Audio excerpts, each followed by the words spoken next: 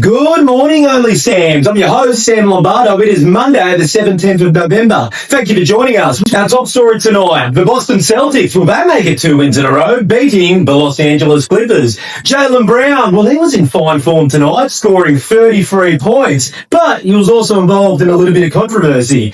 Jaylen, well, he collided with Derek Jones Jr.'s knee and sent Derek Jones Jr. to the locker room injured. Hey, Derek, it could have been worse, to be honest. Jaylen could have got that fake hairline all over your leg and you could have looked like an absolute clown. I reckon you got off lucky, injury and all. And Jaylen, whether you're hurting people or ruining their outfits, step it up, bud. I thought you were the vice president of the Players Association. The San Antonio Spurs, well, they beat the Sacramento Kings without Victor Wembanyama. Yep, that's right. This was the De'Aaron Fox revenge game. He scored 28 points and got 11 assists. Getting traded from the Sacramento Kings to the San Antonio Spurs must have been a real culture shock for young Swiper. He's literally gone from the worst franchise in the NBA to one of the best. Oh, no wonder he's smiling. Keep it up, De'Aaron. We're all rooting for you, mate.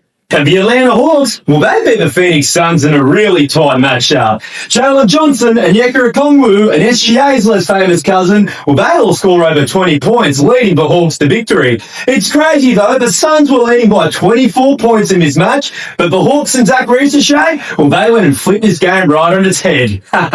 Are we sure that's a genuine reaction, Australia? Don't act like you're happy seeing your team, the Atlanta Hawks, look better without you and look like a winning team when you're not there. I'm sure you're salivating at that fall. Cooper Flag and the Dallas Mavericks, well, they pick up a much-needed win tonight against the Portland Trail Blazers. Coop scores 21 and also puts on a little bit of razzle-dazzle.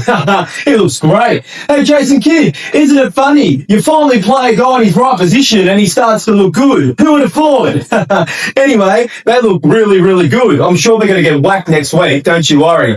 But also, Shaden Sharp scored over 30 points again, making every Portland fan forget more about Scoot Henderson by the day. Oh, Scoot. Crazy to think. This guy was drafted before Amen Thompson. The Golden State Warriors, well, they defeat the New Orleans Pelicans tonight, continuing their winning ways. But it was Moses Moody who was a hero, scoring 32 points. I don't really get with this guy, Moses. He either has DNPs or plays 4 minutes, or he's scoring 20 points and disappearing again. I'm sure his teammate Jonathan Kuminga is really jealous. That's normally his playbook. You know, play a couple of games, look good for 5 minutes, request a supermax, and then play like shit. Anyway, Draymond Green, well, he gets into it with a local idiot. This guy might be an idiot, but if the New Orleans Pelicans had half the punt of this guy, maybe they would be stuck on 2 wins. This guy's smirking right now because he knows he's had more of an impact this season on the Pelicans than Zion Williamson. When people ask what Zion does for an occupation, what should he say? It'd be a little bit misleading at this point for him to say he's an NBA player, right? Come on, Zion. And it was a must-watch matchup tonight between the Washington Wizards and the Brooklyn Nets. 2 heavyweights. Both teams are 1-11 going into this, so somebody was going to go 1-12 and 2-11. Riveting stuff. Anyway, everybody's favourite dating coach, Michael Porter Jr., well, he scored 34 points tonight, leading the Nets to the victory. I'm sure that he celebrated really hard after this triumphant win, but I also hope that he took Nikola Jokic's advice and actually wore a bit of protection. Good on you, Michael Porter Jr. I'm sure Nikola deleted your number a long time ago.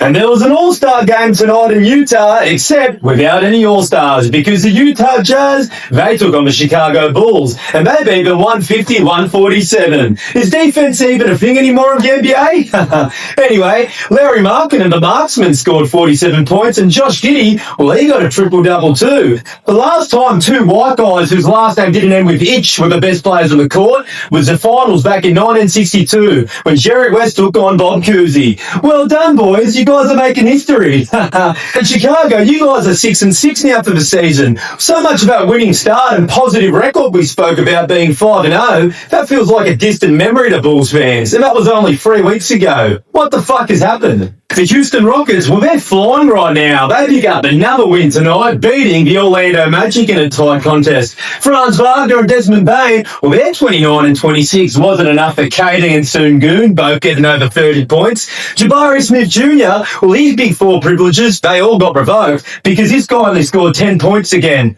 Oh, Jabari, to think that you were supposed to go number 1 over Paolo Banchero and Chet Holmgren. What a fuck up that would have been. Anyway, Rich Guy Reed, he also gets his hands dirty in this tight affair, coming off the bench and scoring 16 points. But Reed was also involved in a little bit of controversy. Desmond Bain tries to taunt Reed a little bit. Reed having enough? Well, he goes and trips Desmond. I like that you're standing up yourself, but I don't think they're going to appreciate those type of moves at the country club. You don't want that membership getting revoked, buddy. Come on. And in yesterday's games, the Cleveland Cavaliers, well, they defeat the Memphis Grizzlies. Donovan Mitchell and Evan Mobley, well, they pop off last night, looking really convincing. Ja Morant, he had to leave the game early with an injury. But let's be honest, Ja, the last few weeks you've had, an injury is probably a blessing in disguise. A bit of time away might be really good for you, mate, to sit on the sidelines. Just stay away from whistling willies, though.